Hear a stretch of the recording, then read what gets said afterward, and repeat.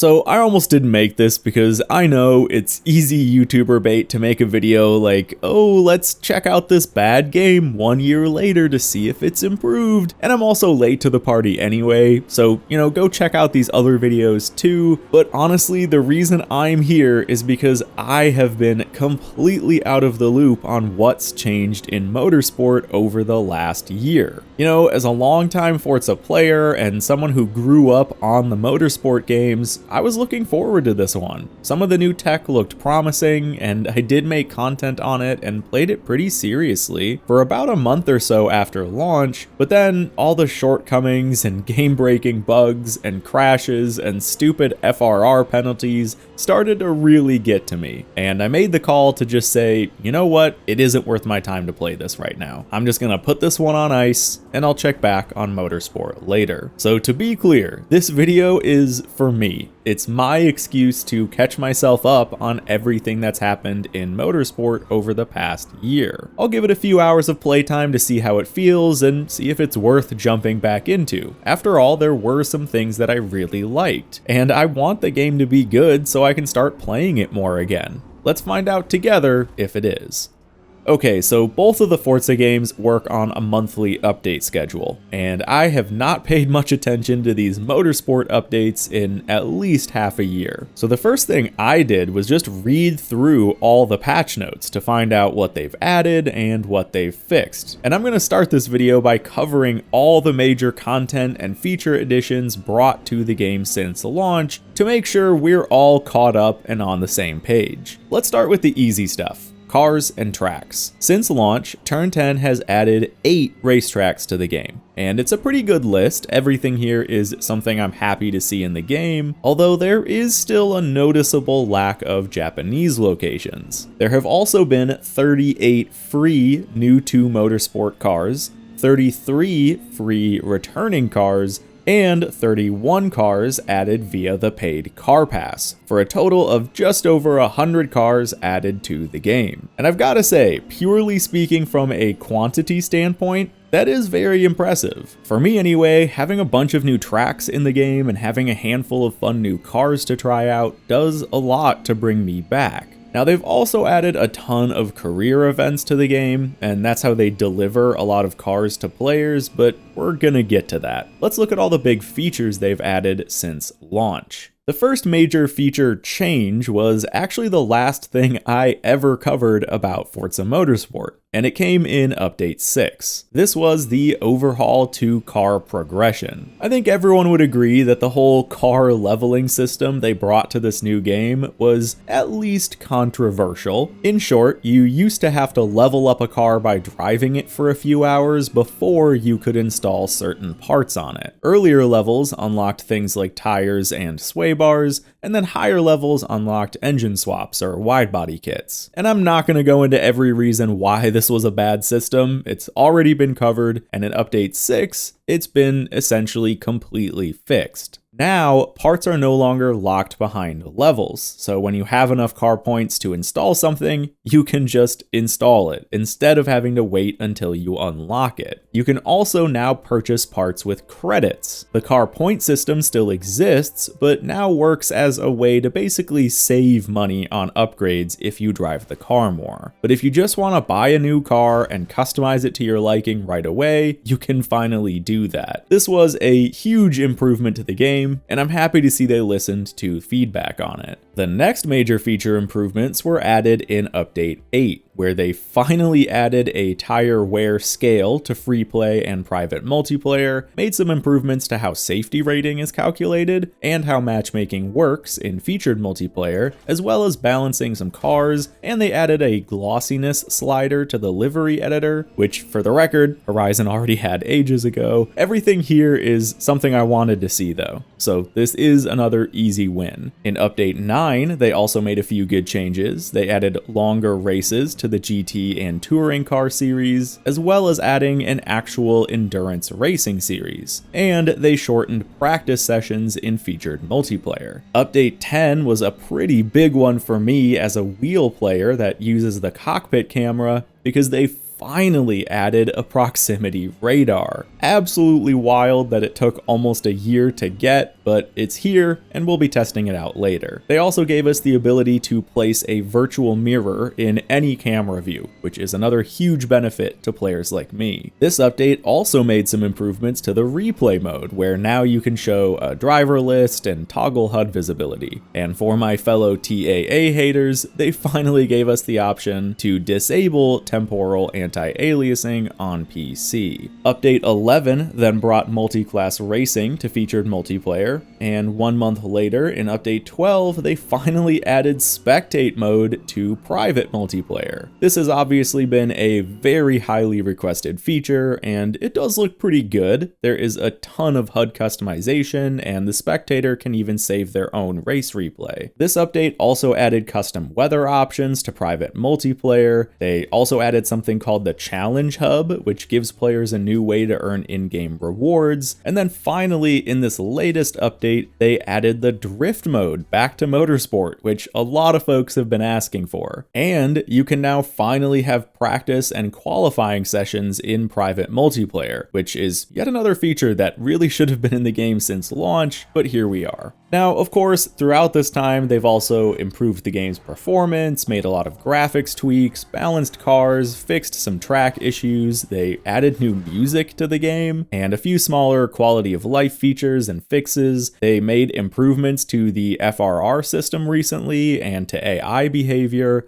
and fixed all sorts of other minor bugs. And I think that gives us all a pretty clear picture as to what Motorsport has been up to over the past year. It's been a slow burn for sure, but they've added a ton of content and added some highly requested features and seemingly made a lot of improvements to the visuals, stability, and overall performance and feel of the game. I'm obviously not just going to take their word for it though, so let's dive in and just play for a little while. Put these new features to the test and see how it feels. And right away, I do have to say that the visuals 100% look better. They clearly messed with the lighting and I think the color correction or something, because just in the showroom, I can notice how much less washed out it looks. The car and environment both look way nicer, and reflections and anti-aliasing both look better. But I want to test that on an older car model too. So this is my old trusty Mark III Supra, and yeah, they massively improved reflections here. I'll see if I can find some old screenshots or footage of what the reflections used to look like on this car, especially on a bigger flat surface like the hood, and man, it was bad. Every reflection would just turn into a muddy, blurry mess from like 5 feet away, and now everything looks nice and crisp. The anti-aliasing is still a bit weird. It seems to be related to the depth of field effect, because kind of on the edges of the DOF you get all these jaggies that really ruin the image quality. But overall, everything looks so much sharper and well lit and well saturated. The one weird thing I'm noticing though is that the paint color on this Mark III looks completely wrong. This is just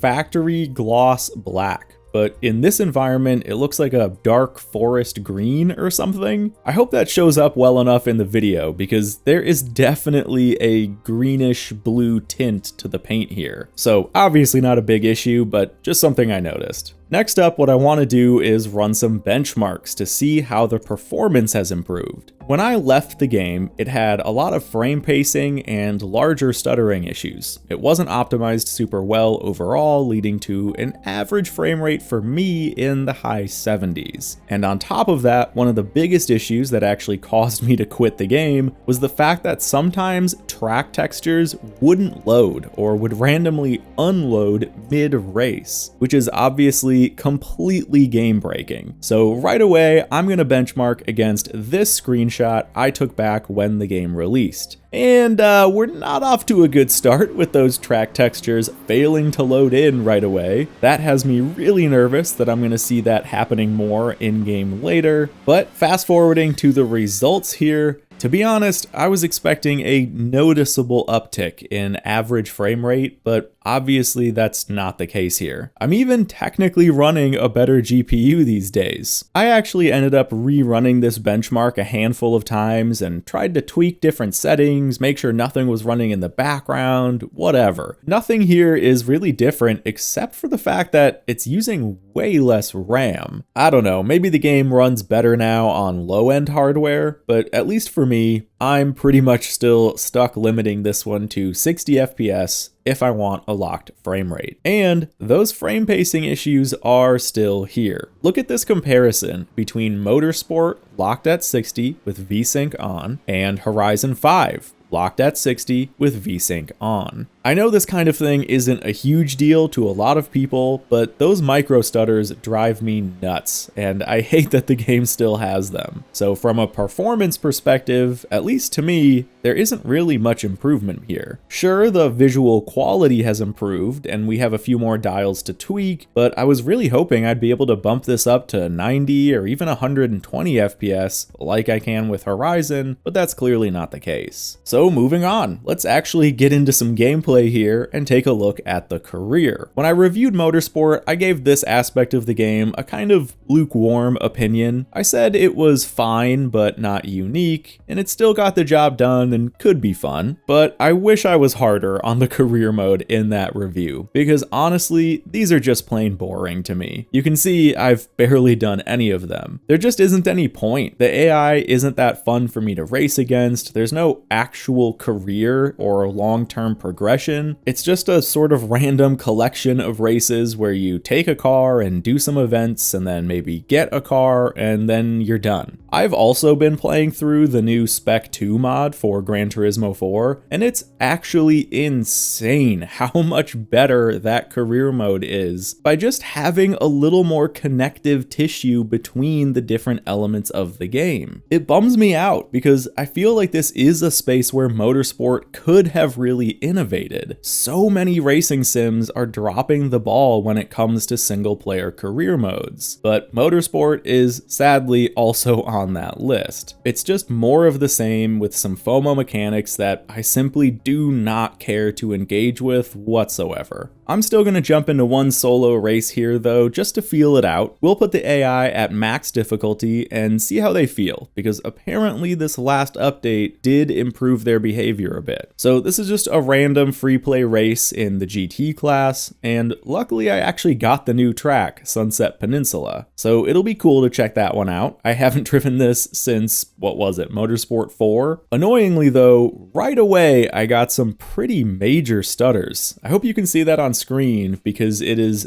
not a good look for literally my first time in a race in months. Once the race started though, things did smooth out a bit, and the game is looking pretty alright. I think visual clarity is still an issue here, but overall it's looking solid enough, and we can see the new radar in action. It's designed well, but one thing I'm so annoyed about is that I saw this option for proximity radar audio and thought to myself, oh my gosh, they're finally making better use of that race engineer. And she'll give me cues like car on your left, clear left, just like what Crew Chief does, but it just plays some video game sound effect. I mean, would it have really been so hard to record a dozen lines of dialogue to make this feature way cooler? But whatever, let's move on to the AI, because oof. This Mustang just hard parked to the apex for no reason. And in literally the next corner, I'm getting shoved all over the track because of the AI's militant need to stick to the racing line. Luckily, it's not giving me any penalties, but this is some rough racing. A few corners later, this Mercedes hard parks on the apex and causes the Porsche to crash into him. Luckily, I was able to just squeeze on by. Then, coming off the straight, way more chaos. I don't even think you need to brake for this corner, but the cars are all getting bunched up and confused and scared,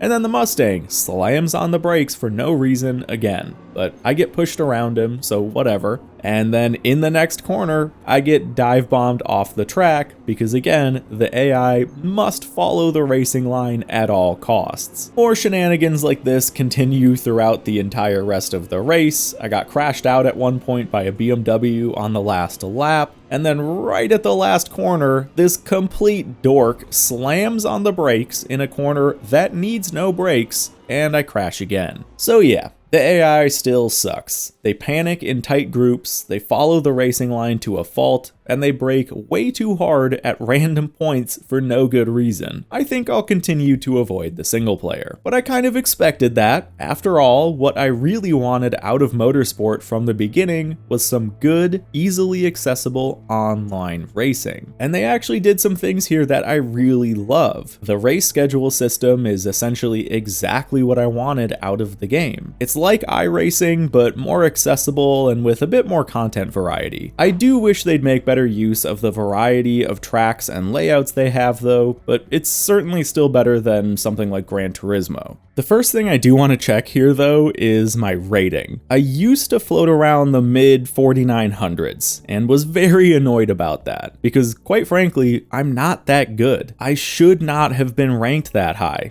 And I think a lot of players had that same feeling that the rating system was kind of meaningless. But as you can see, I've actually dropped down a bit. Now, I don't know if that's because they've adjusted the rating system at all, or just because I haven't played in a long time, and I know they drop your rating over time when you don't play for a while. So we'll have to see what happens to my skill rating. I'm kind of hoping it keeps dropping, but I have a feeling it won't. I do see that there's some interesting new events here, but because touring car racing is what I'm most familiar with, that's what we're going to start with today. Now, I know one of the huge bugs they fixed was what most people called the Wednesday bug, where right around the weekly event rotation, every race would bug out and you couldn't adjust your fuel or tires on the grid. And they've also apparently just made some pretty major improvements to the FRR system. So if we get any penalties or if someone runs into us, we'll see what happens. And we're actually back at Sunset Peninsula for my first online race. And right away, I'm noticing an annoying bug that's been in since launch. My liveries aren't displaying on my cars. So I actually got confused for a second because I couldn't find my Audi, but there it is, and that's what it's supposed to look like. Whatever though, not game breaking, just annoying. What is also annoying is that I'm in a lobby of 6 players. That's out of a possible 24, but we'll see if it fills up a bit. It's time to practice,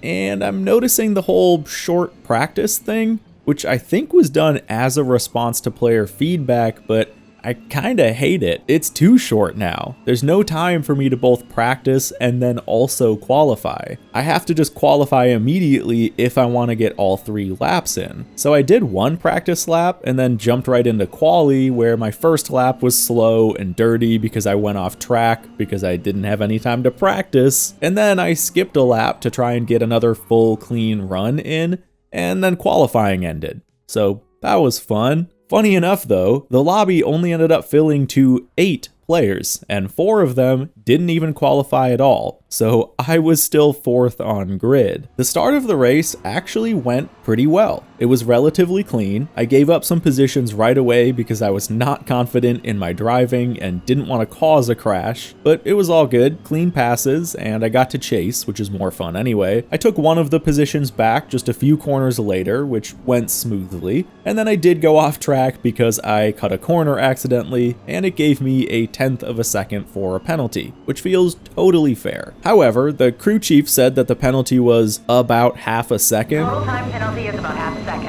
And that's just so stupid. No one would ever round up a single 1/10 to about half a second. But of course, they had to cut corners with their voice lines again. Anyway, I passed the driver in P5 back on the start-finish straight. He kind of ran into me, maybe there was some weird Forza glue going on there, but it seemed innocent. And then in turn 1, he overshot super hard. Classic Red Bull livery things. I slowly was gaining time on P3 and thought I could maybe get a podium, but then realized that he was going for a no pit strategy on hard tires, and I picked mediums, so I had to pit. That put me back into 5th, but I was able to pass P4 again, which was another clean pass, and again started gaining on P3, but it was just far too late to catch up. So I finished my first race exactly where I started. 3 people quit the race before it finished, but I did at least have the second fastest lap, so that's something. And when I checked my skill rating after the race, it hadn't changed. Alright, so this was a bit of a rough first start.